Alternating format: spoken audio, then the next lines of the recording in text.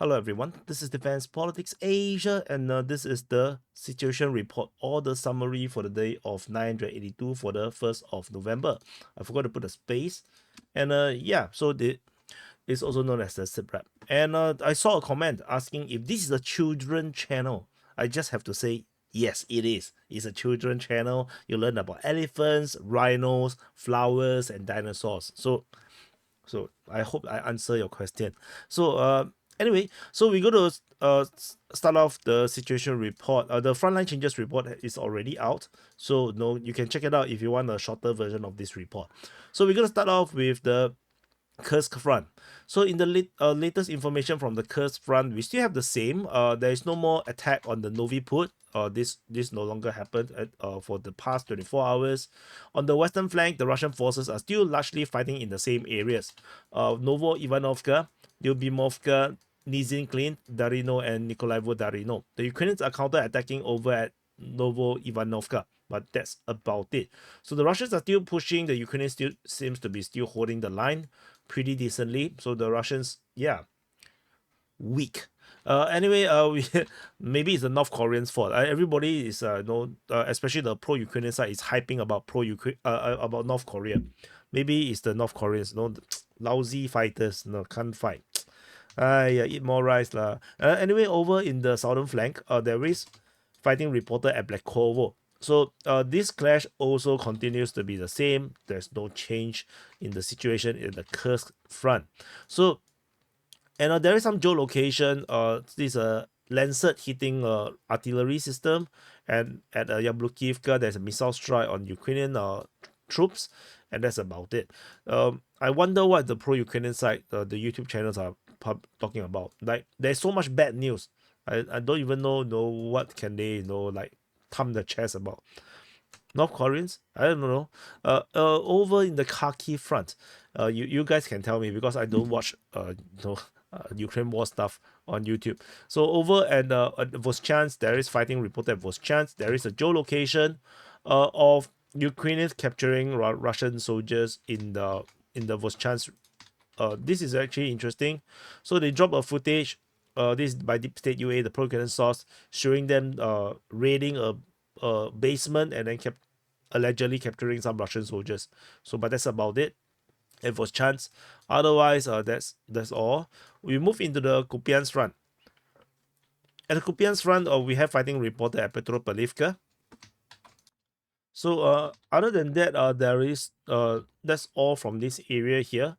And we move on over at the Pischany front. At the Pischany front, the Russian forces are fighting at Kuliakivka, Zarizove, as well as Lozova. So this continues to be the case. The Ukrainians are fighting desperately to prevent some worse breakthroughs in this area here.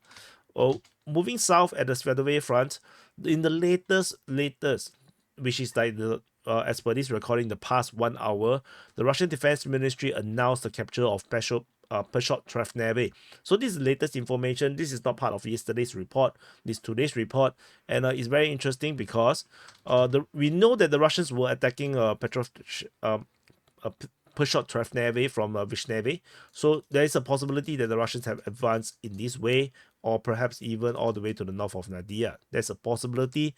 We currently don't have the mappings to back this up. So, but this is something that we need to look out for.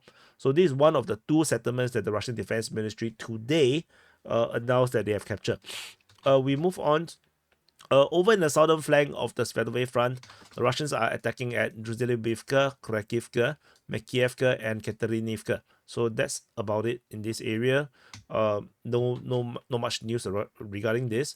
Over at the Kremina front, fighting reported in the Serbiansky forestry. There's fighting reported at Terny. And there is some updates coming from the Ukrainian mapping. So based on the Ukrainian mapping, this is by Deep State UA, the Russian forces have captured the entire area, not the entire outskirt, the countryside of Terny, northeast of Terny.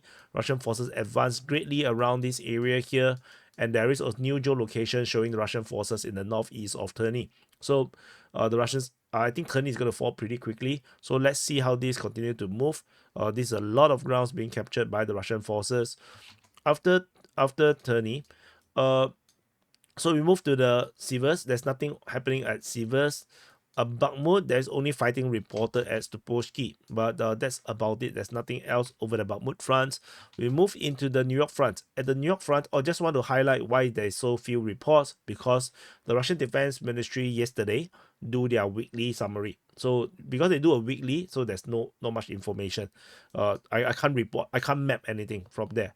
Over in the New York front, we have fighting reported at Druzhba, Toretsk, Skibinivka, Novospassky, as well as Sukabalka. And this Novospassky is very interesting because it's super spastic. It was previously known as Petrivka, and it was the name of this area here. It was previously known as Petrivka on the map. Somehow the Google map decided to change the name to Novospassky. So super spastic here. I don't get it. Why suddenly there's a change of name? Yeah. So you see that even the Ukrainian name Novospassky. Yeah. No. Yeah. So it is what it is. So just east of Druzhba, north of Mayos, the Russian forces have made some big progress in this the area here along the canal. So they finally take and straighten the front line around here. I'm not sure if they will continue to push on from this area. So let's continue to wait and see.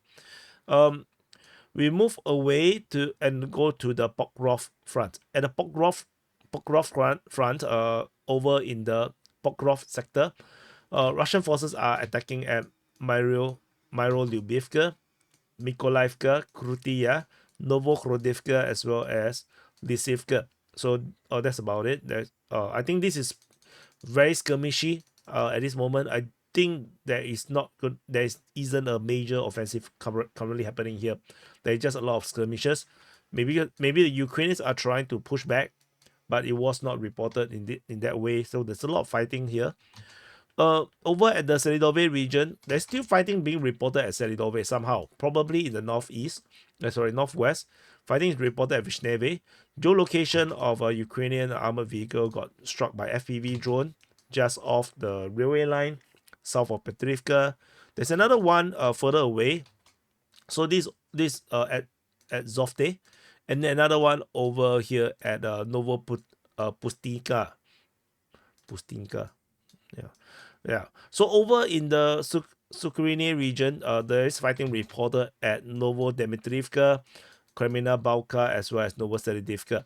At Novodimitrivka, the Ukrainian mapping have shown the Russian forces have advanced slightly within the settlement, so capturing a bit more. So I think the Russians roughly captures around 2/5 of the settlement, so there's still more to go.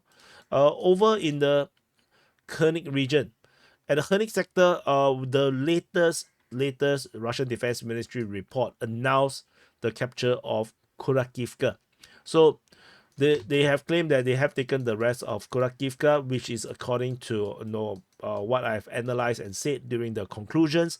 If you have not watched the conclusions, you should watch it, because I share a lot of my opinions regarding how the war is likely to go on from this point. However, the viewership is a bit lower, on the lower end, because I posted it around the same time as Military Summary and some other channels. So no, the YouTube is not pushing the video that much. So anyway, do hunt for it. Go to the main channel, search videos, go into the video to search for it. The latest conclusions. Fighting is also reported at Vovchenka, as the Russians now pushing on from Kurakivka. Fighting is reported at Ilinka as well, and at Otuisky. So that's all. The Russians are continuing to push through and are capturing the rest of this salient, where I believe the Ukrainians have abandoned. So we moved into the Kurakove sector. No fighting reported at Kurakove. Fighting is reported at Masymelinivka and towards Dane. So that's all. We move further south to the eastern half of the Uspanivka front. No, let's just call this the Uspanivka front. So which is all of these are all part of the Donetsk front.